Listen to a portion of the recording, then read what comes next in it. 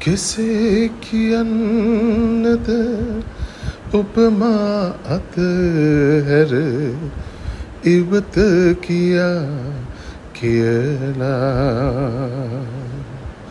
මගේ මුවින් මම ලොවට කියාත ඔබ ගුණවත් කියලා.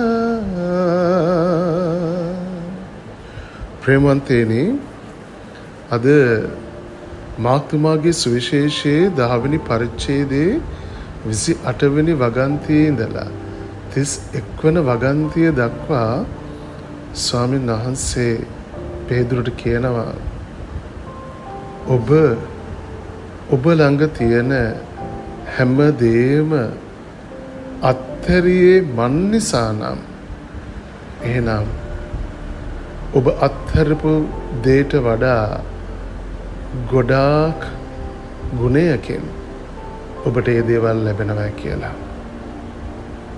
ගොඩාක් වෙලාවට අපි අද නිකම්ම දේවල් අත්හරින්නේ නැහැ. අපි මනුෂ්‍යයන් හැටියට දේවල් අත්හරින්නේ ඊට වඩා දේවල් බලාපොරොත්තුෙන් වෙන්නට පුළුවන්. ඊළඟට අපට සම්පූර්ණයෙන්ම දේවල් පුද්ගලයෝ අත්හරින්න පුළුවන්ද? අමාරුයි. මොකද අපි මනුෂ්‍යයෝ. මනුෂ්‍යකම කියන්නේ එහෙම ලේසියෙන් දේවල් පුජ්‍යලයන්ම සම්බන්ධතාවයන් අත්හරින්නට බෑ. අපි දෙවිවරු නෙමෙයි. ඒ නිසා ස්වාමීන් වහන්සේ අද අපිට මතක් කරනවා මේ අත්හරිනවා කියන්නේ උන්වහන්සේව අල්ලගෙන උන්වහන්සේත් එක්ක ගමනක් යන්න. හැබැයි උන්වහන්සේත් එක්ක ගමනක් යන්න අත්හරින්න අපිට අවශ්‍ය දේ අපිට පුළුවන් දේ අත්හැරලා එන්න උන්වහන්සේ ආරාධනා කරනවා. මොකද උන්වහන්සේ අපේ මනුෂ්‍ය ස්වභාවය දන්න නිසා. එනිසා ආදරාම්‍ය තාත්තේ දුවේ පුතේ අපි එක පැත්තකින් එහෙම අත්හරද්දී ඊට වඩා මිනිස්සුන් දේවල් ස්වාමීන් වහන්සේ අප වෙත ලං කරනවා. අපි යන්නේ ආය ආදරයෙන් බලා ගන්නට ඕන. ඒ නිසායි උන්වහන්සේ සුවිශේෂී අවසානයේ කියන්නේ ඒත් ප්‍රථමයෝ බොහෝ දෙනෙක් අන්තිමයෝද අන්තිමය ප්‍රථමයෝද වන්නේ කියලා.